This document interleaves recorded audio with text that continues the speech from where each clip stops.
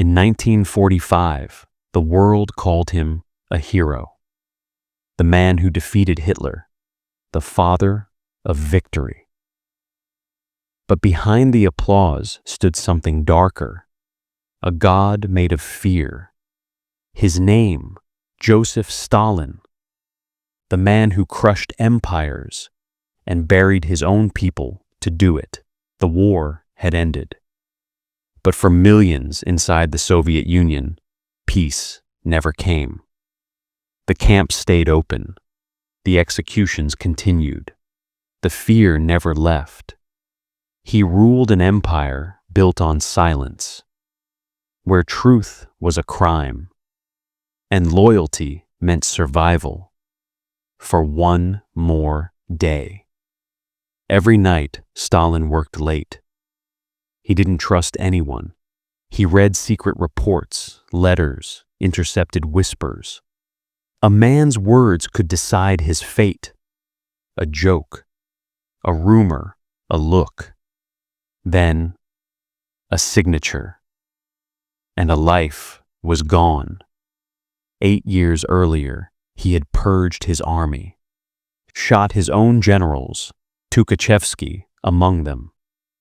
A decade earlier, he starved Ukraine, the Holodomor, millions dead for disobedience. And in the forests of Katyn, Polish officers lay in silent graves, their hands bound, their mouths full of dirt. All of it ordered by him, all of it forgotten in victory. By the late 1940s, he was no longer a man. He was a myth, untouchable, worshipped like a god.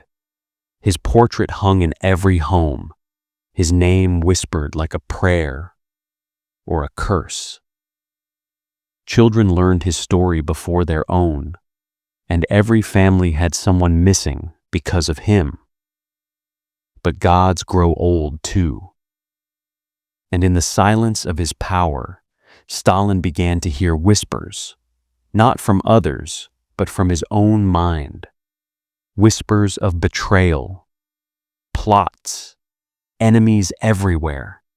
He had killed them all, yet still he feared them. The war was over. His enemies were dead.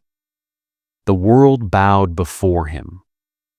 But for Stalin, peace was just another kind of war.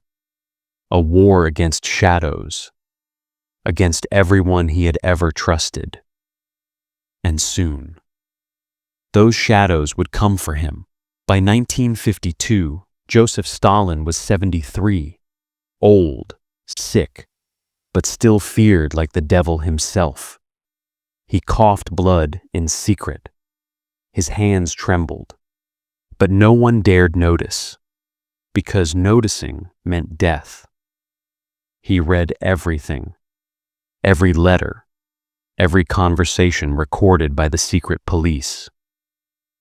His eyes scanned names, familiar names, men who had stood beside him for 30 years. He began to wonder, who among them wanted him gone? Who among them would betray him first? Then came the new enemy, doctors, Jewish doctors. They were accused of plotting to kill Soviet leaders, to poison them with fake treatments. The doctors' plot, Stalin called it. He ordered arrests, interrogations, confessions. Some doctors were beaten until they admitted everything. Others were never seen again. Fear spread like disease. Even the men closest to Stalin, Beria, Khrushchev, Malenkov, began to whisper in private. They knew what came next. He was preparing another purge. One final cleansing, and this time it would reach them. He stared at his own face. Bloated, a stranger, he mumbled to himself.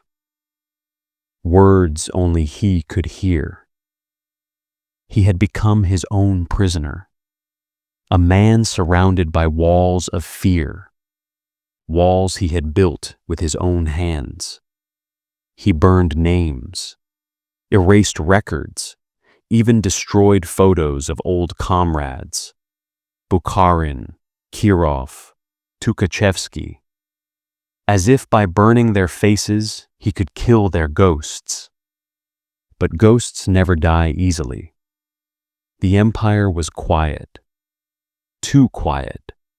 Every man in the Kremlin smiled by day and prayed by night.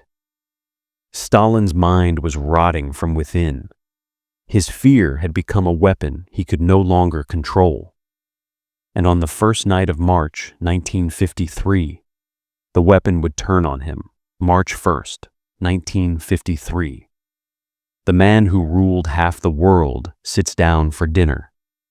Around the table, his most trusted men, Beria, Khrushchev, Malenkov, Bulganin, all of them smiling, all of them terrified. No one ever knew what would make Stalin laugh or what would make him kill. They drink Georgian wine, toast to the party, to victory, to Stalin. Laughter fills the room, sharp, forced, mechanical. He mocks them all, one by one. Their accents, their mistakes, their fear. They laugh with him, because to stop laughing could mean death. It's past midnight. The guards close the gates. The great dictator walks slowly to his study. He pours another glass of wine, lights his pipe, reads a report about the doctor's plot, names, accusations, lies, maybe even ones he wrote himself. Then, silence. The pipe drops from his hand. The glass falls. A dull thud on the carpet. He's on the floor now, face down, struggling to breathe. His right arm is dead. His mouth tries to move. No words come out. Hours pass. The clock ticks. The room stays dark. The man who controlled the lives of millions can no longer control his own body. They see the light still on. They wait. Stalin gave strict orders. No one enters without permission. And now, he cannot give permission. They whisper, pace, wait. They're terrified. The god is silent. And that silence is more dangerous than his rage.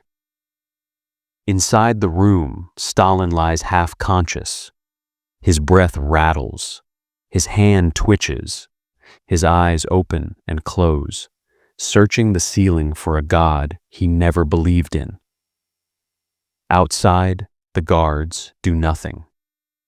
The men he ruled with fear are now ruled by it. And so the night stretches on. 5, 6, 7 hours.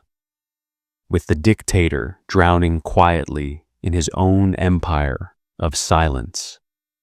It is now morning. Stalin has been lying on the floor for nearly 10 hours. His body stiff, his breathing shallow. The guards still wait outside. No one dares open the door. They whisper, if he's sleeping, we'll be shot for waking him. If he's dying, we'll be shot for not waking him. Fear has no right answer. The silence is too heavy. They open the door. Stalin lies on the carpet, soaked in urine, his eyes open but blank. A wet gurgle in his throat. He tries to speak. Only a rasp escapes. The guards freeze. None of them move. The man who once seemed immortal now looks like any dying old man. But to them, he's still a god. And gods don't die. The guards call Beria, Stalin's head of security. Beria arrives first, calm as a viper. He looks down at the motionless body and says coldly, "Don't disturb Comrade Stalin. He's resting." He smiles, walks out. Hours pass again. They enter quietly, whispering. No one knows what to do. Should they call doctors? Should they wait for orders? But there are no orders anymore. Only fear. They hover around the bed, whispering plans, pretending to care, already thinking about who will take power. It's been more than a full day. The dictator still breathes. Slowly, painfully. Each gasp like a reminder. This man made others suffer for years, but now his own death is denied to him. No bullet, no trial, just slow decay. Around him, his killers do nothing. They are free at last, yet too afraid to act free. It's the perfect punishment for them all. The fear he created has become their master now. The great voice of the Soviet Union has turned into a whisper. The man who commanded millions cannot command a breath. He is still alive, but history has already started moving without him. 4 days have passed since the fall. The man who ruled with terror is now barely conscious. The doctors he once called traitors now stand over him. They touch his pulse with trembling hands. No one dares to speak too loudly, because every breath he takes could still mean death for them.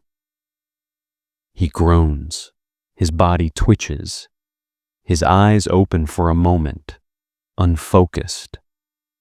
He sees shadows around him, familiar shapes. Beria, Malenkov, Khrushchev.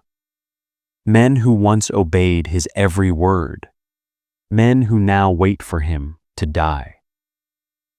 Beria leans close, almost lovingly. You see, Comrade Stalin, death also needs your permission. He straightens his coat and smiles. The room smells of medicine and fear. They inject medicine. They whisper terms: hemorrhage, paralysis, coma. None of it matters anymore. Nature is finishing what Stalin started, slowly, ruthlessly. The dictator's body is rebelling against its master. He tries to raise his arm, fails. A guttural sound escapes his throat. It's not a word. It's a sound of a man drowning in his own power. Then, silence again. No firing squad, no trial, no judgment. He dies surrounded not by victims, but by men too scared to touch him. The man who starved Ukraine, who slaughtered his generals, who filled Siberia with ghosts, now dies gently in his bed. 4 days of breath and then nothing. At 9:50 p.m., March 5th, 1953, Joseph Stalin is dead. The guards step into the cold night. No one cheers. No one cries. Just a strange, hollow silence.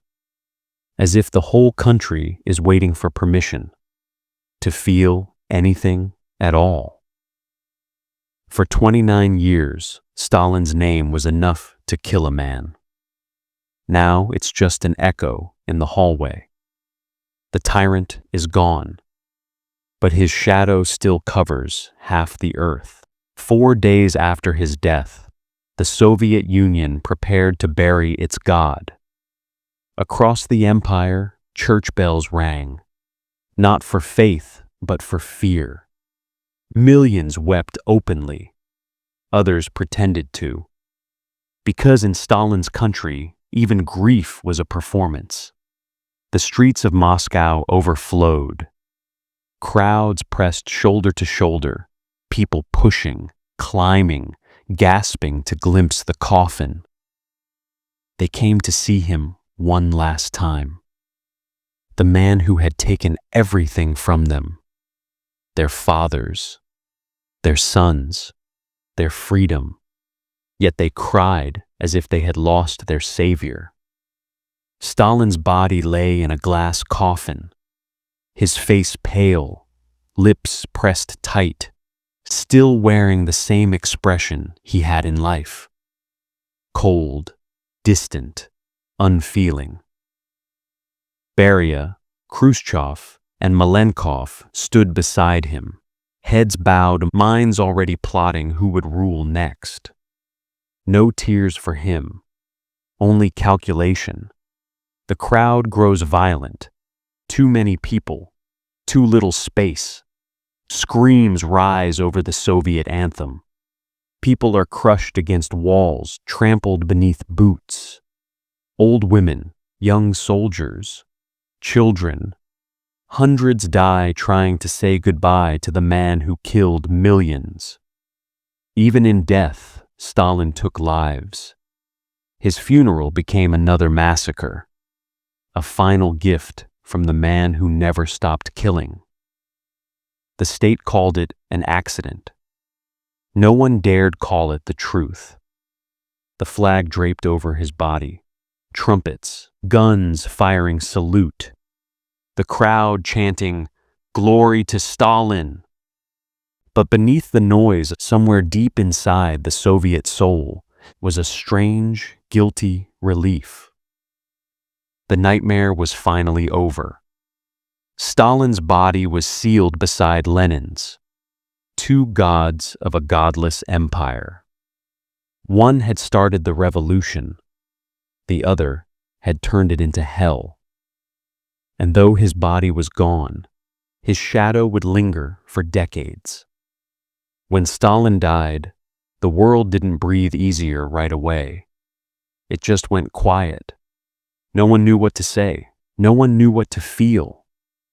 For years, Stalin had been everywhere, in the portraits, in the slogans, in the whispers of the night.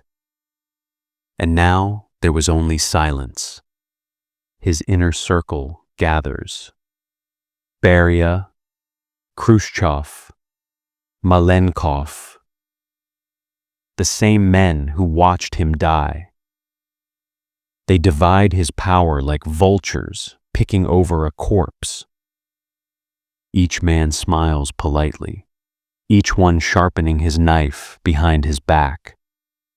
Beria whispers, "The era of fear is over," but he knows it's a lie. The fear still breathes, just under a different name. The gates begin to open. Prisoners step out, dazed, thin, hollow-eyed. They look around, unsure if this freedom is real. Some have been gone for 20 years. Some don't remember their families' faces. All of them carry Stalin's ghost inside. The barbed wire may come down, but the fear stays in their bones. The hall is tense. Delegates sit in silence as Khrushchev begins to speak. For the first time, someone says the unthinkable. Comrade Stalin abused his power. He committed crimes against the party, against the people. Gasps, whispers. Some cry. Others stare blankly, as if the truth itself is a weapon. The myth of Stalin shatters. The god becomes a murderer again.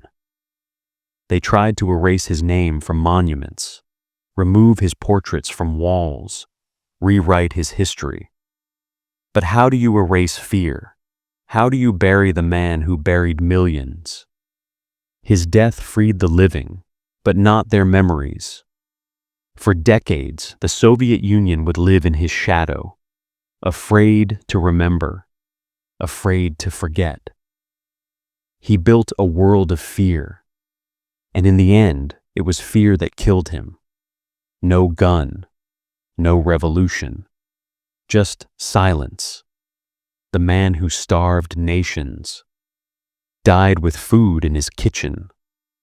The man who sent millions to their graves died in his sleep, unpunished, untouched, and unrepentant.